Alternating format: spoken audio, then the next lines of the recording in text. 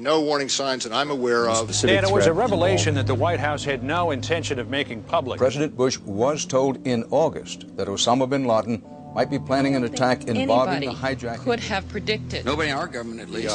August 6th PDD. I believe the title was Bin Laden Determined to Attack Inside the United States.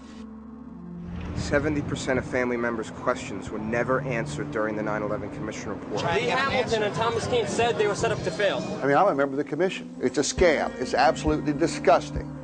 The questions, Mr. President. The questions. Building 7 ablaze at the moment and apparently getting ready to collapse. Building 7, freefall collapse. Well, no, there's number 7 coming down. The excitement and the fun that people get watching an old building being demolished, and they wired very carefully for days, and it's a very careful operation. Third time today. It's reminiscent of those pictures we've all seen too much on television before, when a building was deliberately destroyed by well-placed dynamite to knock it down. The smartest thing to do is pull it. And they made that decision to pull, and then we watched the building collapse. Jane, what more can you tell us about the Salomon Brothers building and its collapse? Well, only really what you already know. Details are very, very sketchy. You're getting information now that one of the other buildings, Building 7 in the World Trade Center complex, is on fire and has either collapsed or is collapsing. The Pentagon. Vanishing airplane. From my close-up inspection, there's no evidence of a plane having crashed anywhere near the Pentagon. The only site is the actual site of the building that's crashed in, and as I said, the only pieces left that you can see are small enough that you could pick up in your hand. There are no large tail sections, wing sections, a fuselage, nothing like that anywhere around, which would indicate that the entire plane crashed into the side of the Pentagon. Firefighters and police describing explosions. A lot of them. The secondary explosion. We've got numerous people covered with dust from the secondary explosion. Just floor by floor, it started popping out. It was if they had detonated. Yeah, as if they were planning to take down a building. Boom, boom, boom, boom, boom, boom, boom. Looks sort of like the building just demolished. Even if there was no secondary explosives in the building. Kind of like gunfire, you know, bang, bang, bang, bang, bang, and then all of a sudden 3 big explosions. Do you know if it was an explosion or if it was a building collapse? To me, it sounded like an explosion. Chief Albert Turry told me that he tried to get his men out as quickly as he could, but he said that there was another explosion which took place, and then an hour after there was another explosion in one of the towers here. Sibel Edmonds, FBI translator, breaking her gag order.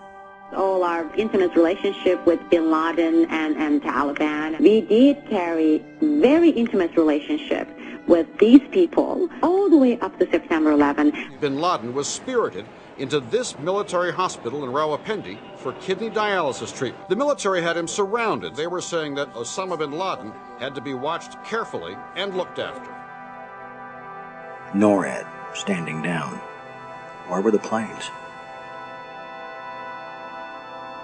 On now to one of the eeriest moments amid the carnage of 9/11. A mysterious plane was seen flying right over the president's residence. The E-4Bs over New York and Washington, otherwise known as the Doomsday Planes. It has never been officially explained. Cell phones working at impossible altitudes. Solicitor General Ted Olson receiving phone calls that the FBI says were never made. What happened during that call? This is the only information we have on these terrorists. She was able to call him twice. How she could pull that off, we don't know, but she did. These are the questions, Mr. President. These are the questions. They go on and on. Good afternoon, Mr. President. I come to you today representing the families of the victims of September 11th, as well as millions of my fellow Americans. Hopefully by now you've had a chance to read my letter to you, 20 Minutes with the President, and if not, at least had its contents brought to your attention. We have questions, Mr. President. Lots of questions. A lot of them are detailed in my letter, but trust me, there are hundreds more questions. As my letter chronicles, sir, The 9/11 Commission itself says they were lied to, deceived, and essentially prevented from carrying out a real investigation. The people of the United States and the world demand the truth, sir. We have to continuously ask questions. That's what a patriot does. That's what a true American does. We ask questions. You, sir, have the power as well as the responsibility to initiate a truly independent congressional investigation into the events of 9/11 as well as its aftermath. We want our country back, Mr. President. Therefore, I'm not just calling on you and your team. I'm calling on each and every American citizen to wake up, stand up, and demand the truth. We're counting on you, Mr. President. Be on the right side of history.